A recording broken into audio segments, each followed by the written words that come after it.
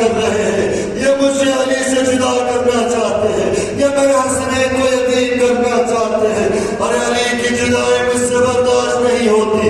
عرض کیا be be علی کا حکم ہے کہ واپس آ جائے، اور فرماتی ہے ہاں اگر علی کا حکم ہے تو میں واپس آؤں گی۔ واپس آئی، مسجد کے دروازے پہ ہاتھ رکھ کے کھڑی ہوئی میری شہزادی فرماتی ہے علی کو چھوڑ دو، علی کو لیے بغیر میں یہاں سے نہیں جاؤں گی۔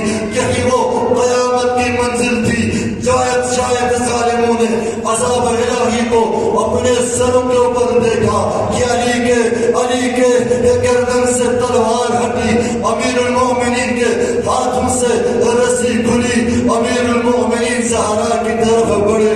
جب زہرا کے سامنے آئے، زخمی ہے زہرا لیکن علی کو دیکھ کے لبوں پہ مسکراہٹ آئی۔